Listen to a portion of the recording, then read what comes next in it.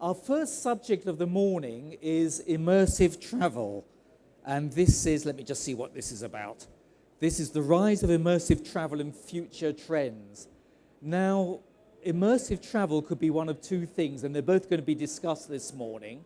Immersive travel could be actually going out and living with a family or living in a house and immersing yourself in the country in which you're visiting. Or, of course, it's also the term for the new thinking around virtual reality and actually immersing yourself in travel because your senses are surrounded by virtual reality.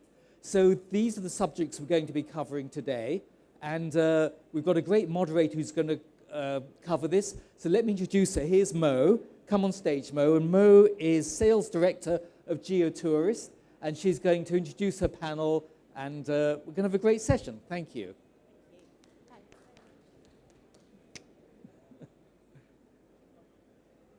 Hello. Oh, yes, good. Hello, my name's Mo. I'm the Sales Director of GeoTourist. GeoTourist is a GPS mobile travel technology platform, and we offer three solutions. One is GPS audio guides for any location in the world directly from your smartphone. This allows local people to pin their stories to the map because essentially we're building an audio map of the world. The second thing we do, which is a growing trend, is data analytics. So quite simply, we can tell people we can map where people are going from and where they're going to. The third thing we do is something called wayfinding. So this is helping people to self-guide themselves around any place using the medium of audio. Like Paul said, the rise of immersive travel cannot be ignored. Basically, what we're finding is that people want to have those local, authentic experiences. And we know the world is moving towards personalization so that people can feel that the holiday and vacation time they are spending is specifically tailored to exactly what they want to do. So that's one definition.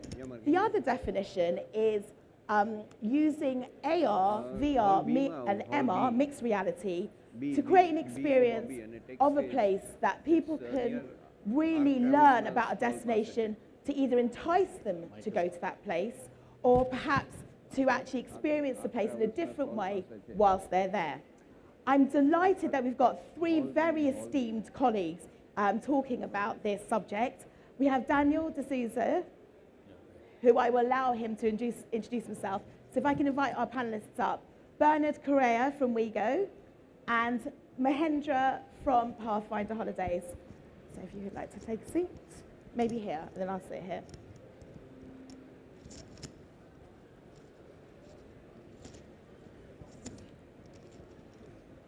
Thank you all so much for joining us. In terms of the format of this session, what I thought would be good is to allow everyone to introduce themselves for a minute and also explain how they are connected to immersive travel. Then we will go to some predefined questions, which I will ask the panelists to comment on. And then finally, we will open questions up to the audience. So please feel free to ask us questions, and hopefully we can answer them in good time. So Daniel D'Souza, you're from SOTC. Yeah. Please tell us a little bit more. Yeah, so my name is Daniel. I work for SOTC. I head the holiday business for them.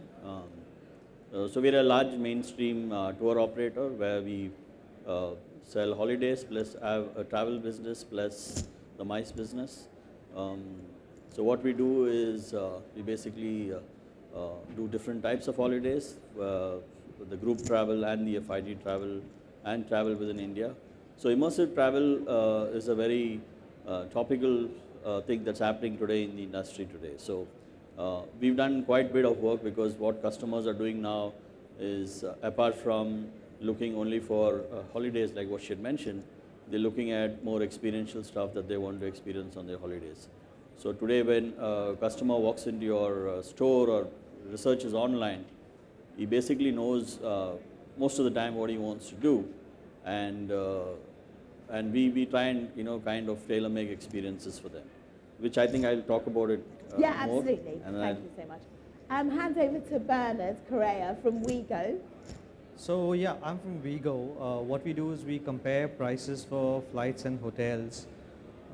We find users who come and users compare prices before they go to a particular destination, and they try and discover a place, and then once they're ready to come and finally book, they also compare the prices before the final booking as well. So yeah, we find a lot of trends moving towards offbeat destinations, under tourism, and most of those areas. Yeah, so we'll talk more about it once. Excellent. Okay, and Mr. Mahendra from Pathfinder Holidays. Hi, my name is Mahendra Vakharia from Pathfinders Holidays in Ahmedabad. We are a boutique agency and specializing in organizing very curated, hand-crafted holiday trips around the world and within India as well.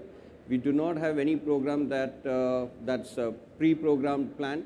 It's like very flexible. We understand the client's requirements based on the purpose of the travel, and then we create the whole itinerary. So it's very personalized and very exclusive. Thank you. Okay, so let's move to our first question. In the next 12 months, what growing trends can you see in immersive travel? Who would like to go first?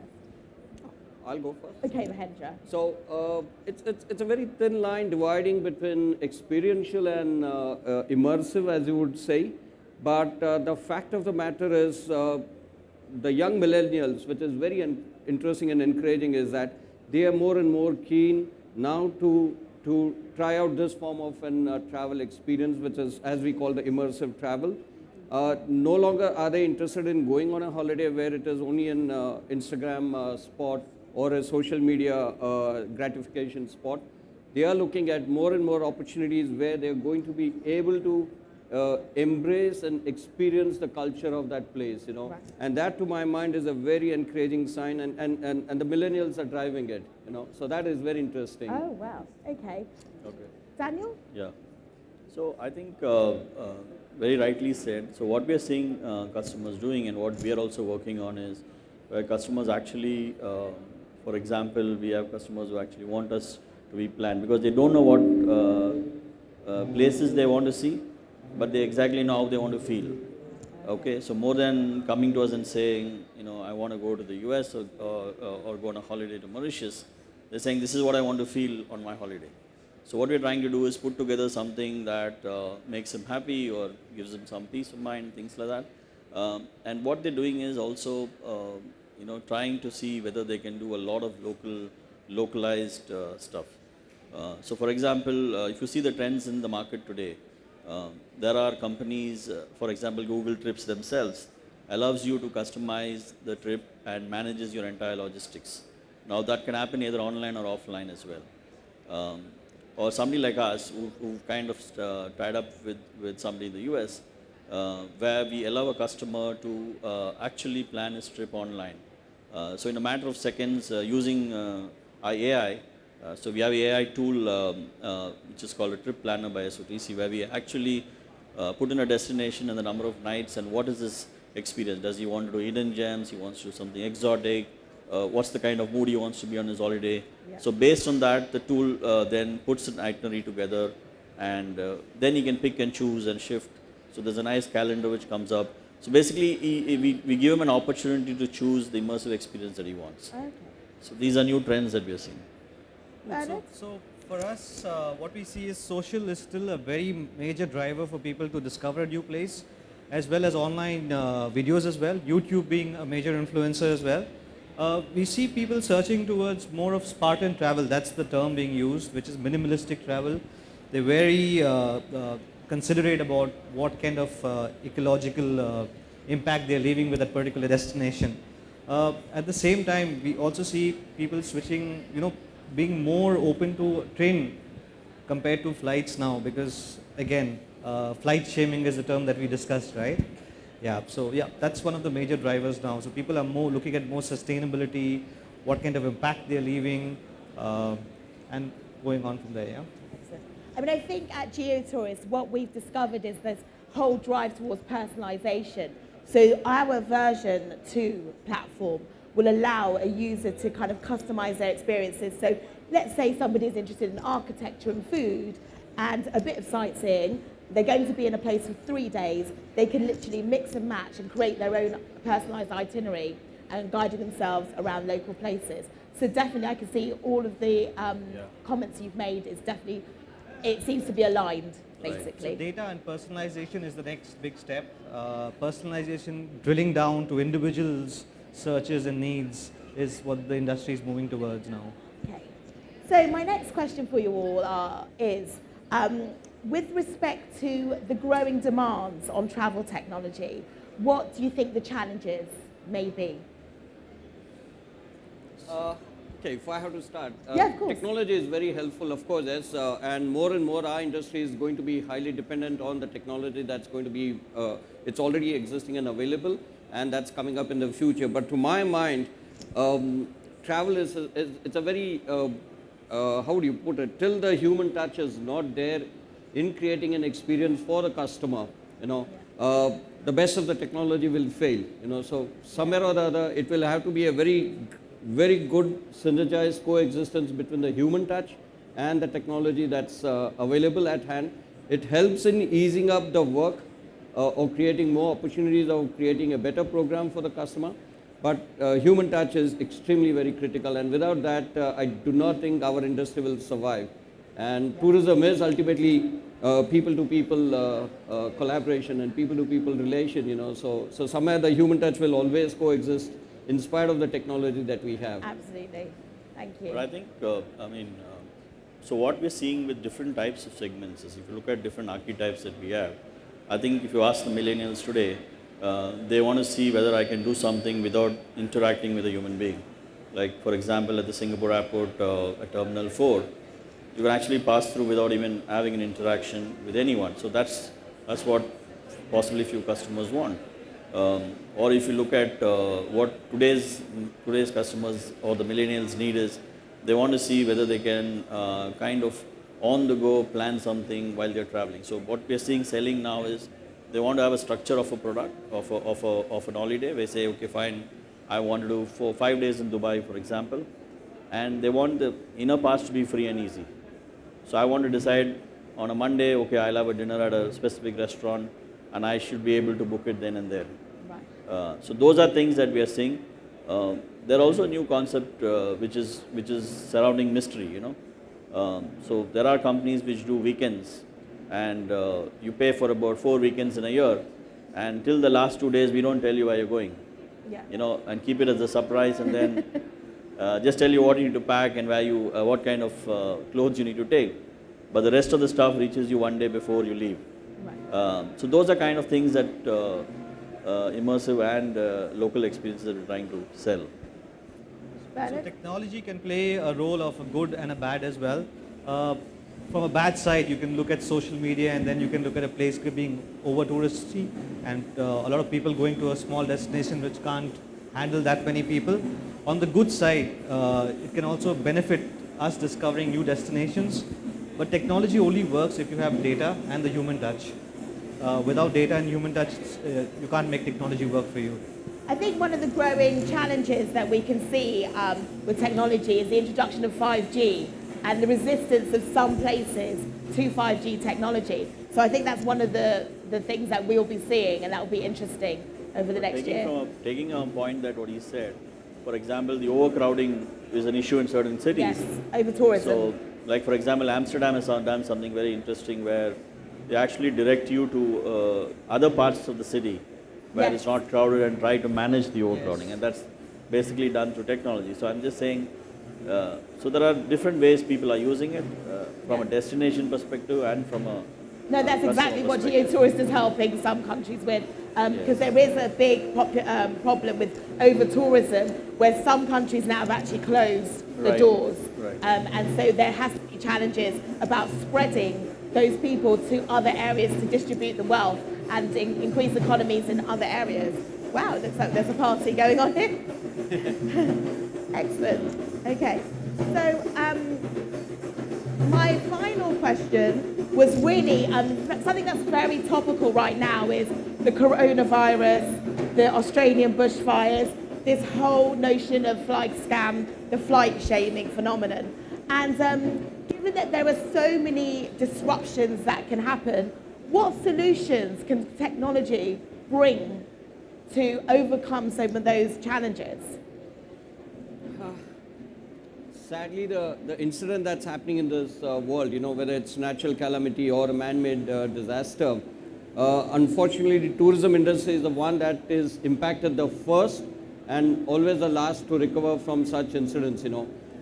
Something as simple as the coronavirus, where nobody has any clue as to what it is, but it's just already starting to show its huge impact that's coming up into our industry in the next couple of months. All this is happening, but technology, to my mind, technology can or should be used in a manner which will preempt or give an advance warning that there is something like this coming up or happening. Otherwise, the technology is of no use when it's already there on the ground, and then the technology will not be, because it has already impacted our industry by then. So sometimes technology, if it can give you advance warning signals, then it will be very helpful for sure. Okay. For sure, because sadly our industry, everything is correlated to cancellation charges, money is paid, money is lost, and last minute nothing comes back. Yeah, that's very true. So I think somewhere we need to understand that the travel business is largely a commission-based business, right? So your margins are always thinner. So investments in technology are always going to be a challenge for any of us today. So talking about coronavirus, I think the impact is still slowly trickling in. Technology can only, for example, if customers are stuck, there are so many of our customers or clients or people who are stuck in different countries who are unable to travel. So possibly technology can help them get connected and move them around. But yeah, we are in India has something or other happening every year. Last year we had the jet airways going down, and we had some. So I think the industry is become stronger every year because we are trying to manage this situation. Almost every year there's something or the other happening. So I think it's really challenging expecting technology to work for the tourism sector when these are factors which are beyond our control. The best we can do is suggest destinations which are not risky right now through technology. But if you ask me how is technology going to help the tourism sector, it's a bit challenging right now. I think we need more of medical technology than tourism technology to help us with this challenge. I mean, I think one of the interesting phenomenons is this flight scam and people coming up with solutions. So, for example, Sweden has now introduced an overnight train service to London, which is going to transform the way that people travel. And the booking platforms for that are much easier than they were, say, 5-10 years ago. So you will find people traveling by train a lot more and using those online platforms to book those tickets and make those last-minute bookings. And I think that you will find that technology can be seen as a good thing and a bad thing in these situations, because often the spread of panic, as we've seen with coronavirus as well, can often be seen as a negative thing and impact a country's tourism. Okay, so now it's time to open questions up to the floor. So I think we have a roving mic somewhere. So has anyone got any questions for our panel? Can we get a microphone over here?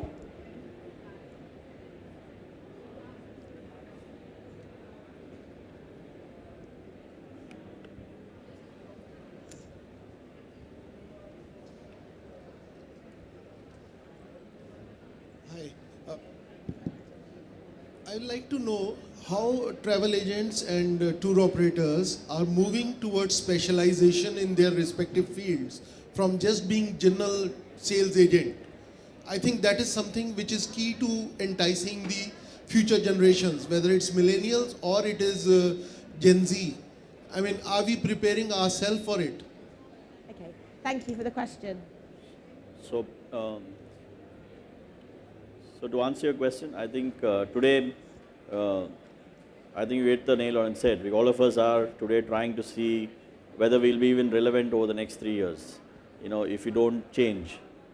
So at our company, I think what we're trying to do is try to see whether we can use technology to enable customers, because we are largely an enabler of services, right? So, like I said, so we've built a trip planner along with someone where it allows the customer to actually plan his trip in seconds. So there is no human intervention there. It uses artificial intelligence to throw out an experience based on what the customer feels rather than what he wants to travel. Like I said, you know, most customers today, I'm talking about this lot of customers who don't know where they want to go. They know I have 10 days, I don't know whether I want to go to Europe, US, or a nice quiet holiday. So we're trying to see what they want to feel on a holiday. They want to be relaxed, they want to be, you know, just cut away from everything. So the experiences are built based through an AI tool that we're trying to kind of push to customers. We've also realized that we need people also to communicate specifically to customers. So we've set up innovation. For example, we launched, we saw this huge dearth in travel during Jan, Feb, March because of the issues that we're having around. So we had something new called Russia with the Northern Lights, which not many do today or not many know.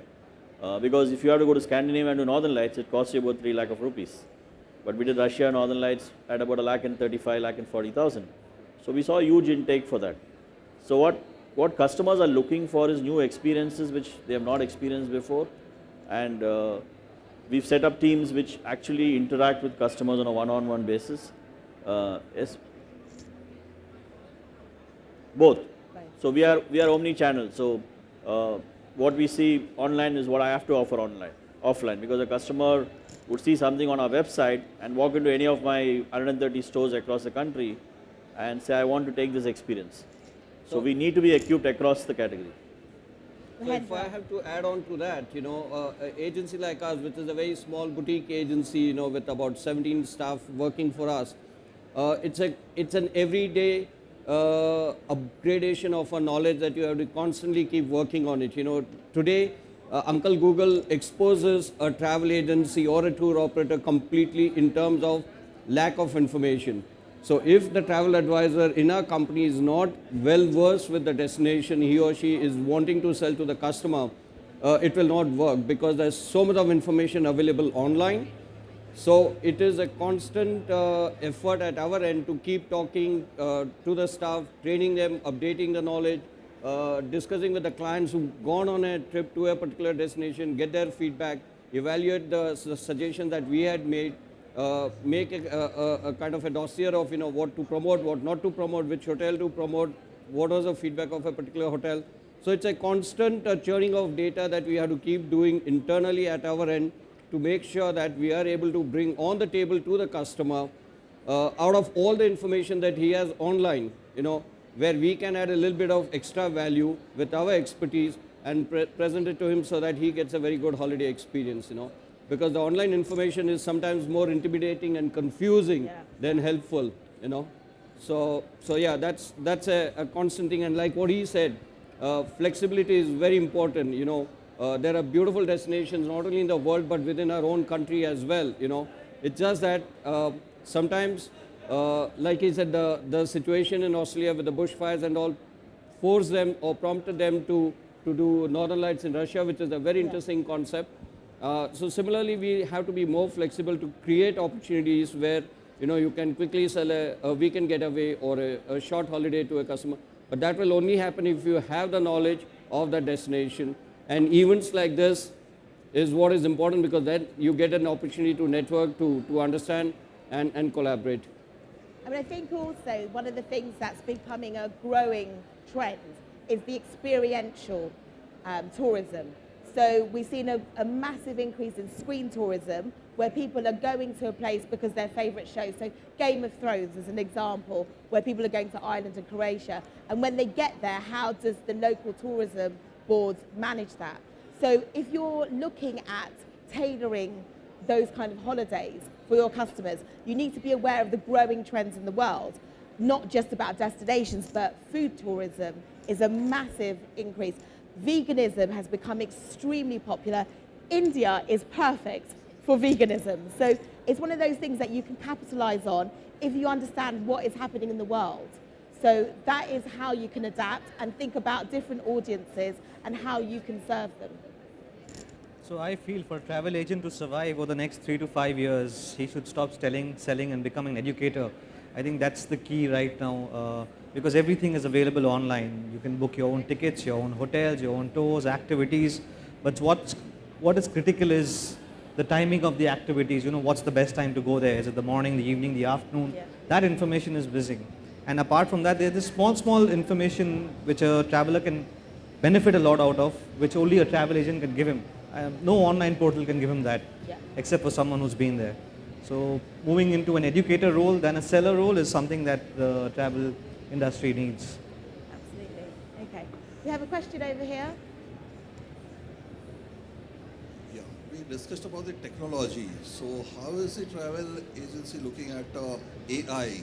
Because as IT companies, they are busy with all the kind of AIs, with the intelligence that will go into this industry and probably help for a better experience for a customer. There's somebody who said that there is little that we are left with to spend on the technology. So do you see this IT companies as a competitor to your business or complementing to your business? Okay. Thank you. Daniel? Yeah, I think the very fact that we are competing today with a lot of online companies, we sometimes wonder whether they're travel companies or technology companies, right? So that's the situation we are in. Coming back to your question on AI, I think obviously large organizations like us still have to invest in the future. So we continue to invest, but what we're trying to do is partner with platforms across the world globally to see how we can coexist in these environments. Even the AI tool which I was speaking about doesn't belong entirely to us. We co-partner with someone in the US to build this.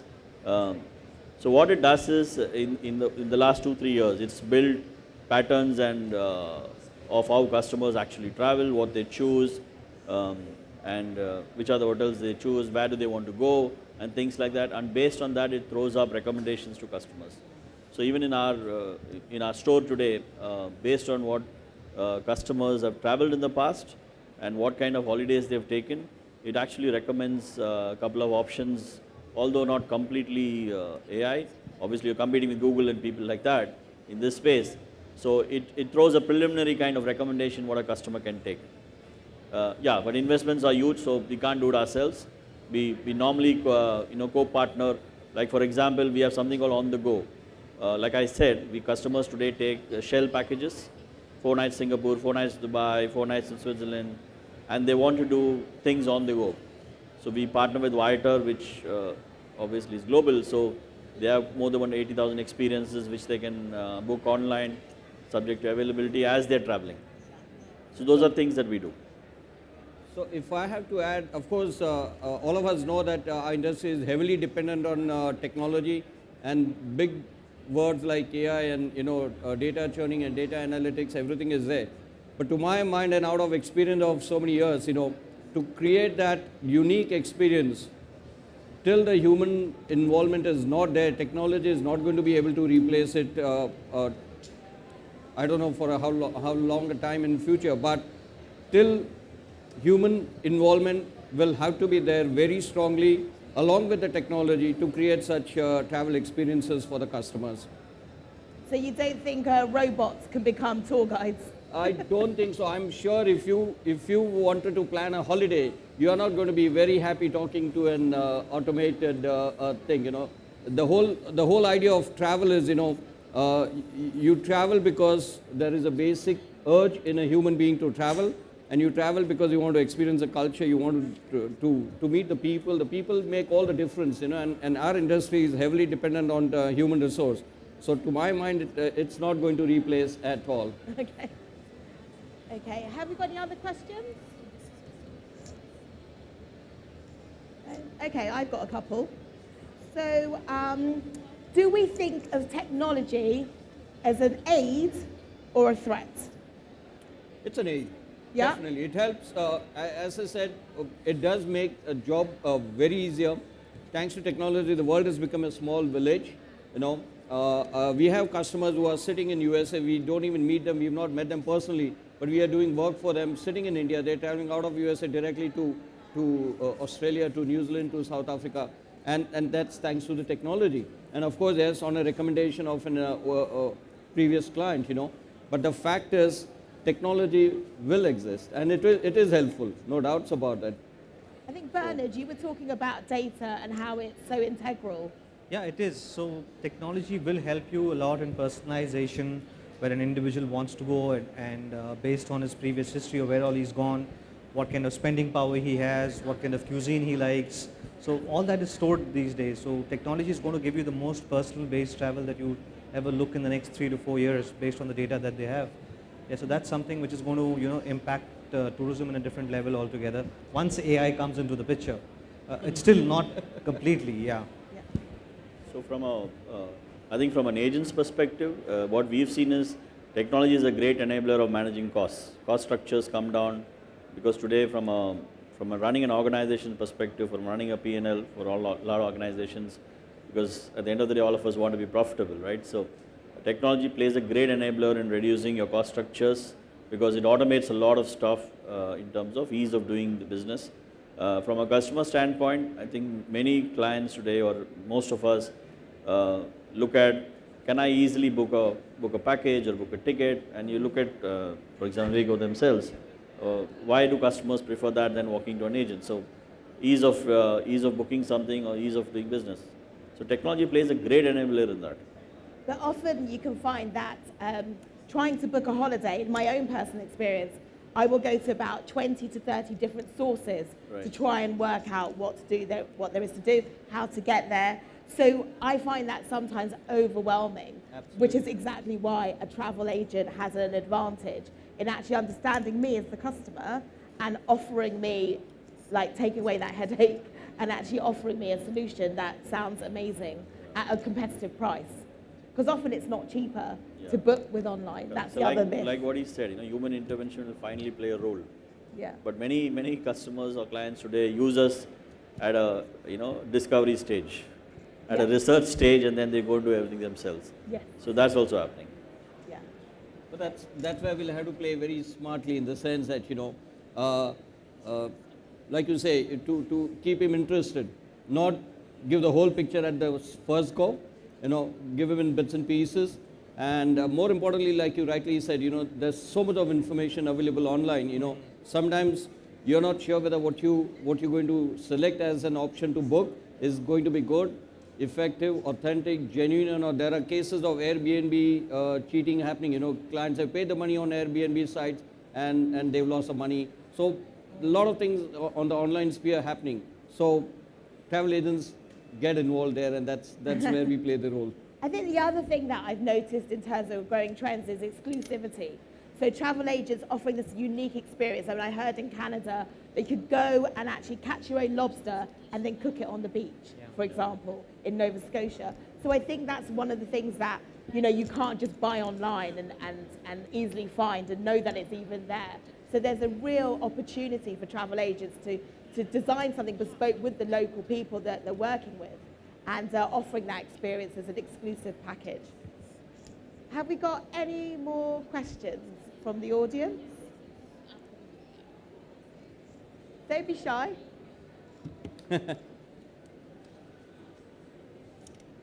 Excellent. Okay, well, can we just have some closing remarks then of, obviously our topic is the rise of immersive travel and future trends. We've discussed an awful lot in this session. So I'd love to hear from you, Mahendra, just in a few words, summary of what you feel the absolute key points are to take away. To my mind, travel is something which you travel the world not only to explore the place, but to explore oneself. And to my mind, that is a very important thing, and and that's why I love this industry. And I agree with him because the current generation is more of looking at discovering themselves than discovering a destination. And yeah, travel is something that they're looking at discovering themselves as well. I think what we are facing or the industry is facing today is, can we keep up to the speed of the client today, what he needs? Because every day, I think you had mentioned, he comes in and he asks us something which we have never heard of. So how do I keep, especially I'm very focused on the immersive travel topic. These road shows help us kind of educate our staff, educate people. So every day customers actually teach you something new. And we see that happening day in and day out in our offices. So new experiences, different kinds of needs. We see different, which we did not see in the past. So the different needs of customers, which are very, very varied. There are clients who just want to go lie on the beach for 4 days. So things like that. So we need to keep up to that speed, and that's going to be a challenge. And I think technology will be a great enabler there to keep us learning. I think one of the things that I've seen is this idea of the joy of missing out. So not actually following the trends and actually doing something completely different, and actually not following the Instagrammable spots and discovering those places that people have never been to before. And definitely I can see that the rise of immersive travel is about people and place. So how can you actually really experience the offerings of a place that gives you that authentic feeling of living your daily life like a local person, living in their accommodation, cooking with them, doing some arts and crafts. And I can definitely see that people are definitely moving towards that trend. And particularly with Gen Z and millennials, I've learned a lot about those generations, and their expectations are extremely high. So if we want to compete in that environment, we need to keep up with the personalization, bespoke, and discovering those new places. I'd like to thank Mahendra, Bernard and Daniel for all their contributions and insights. I hope you've enjoyed the session. Thank you very much, and please join me in thanking our panel. Thank you. Thank you.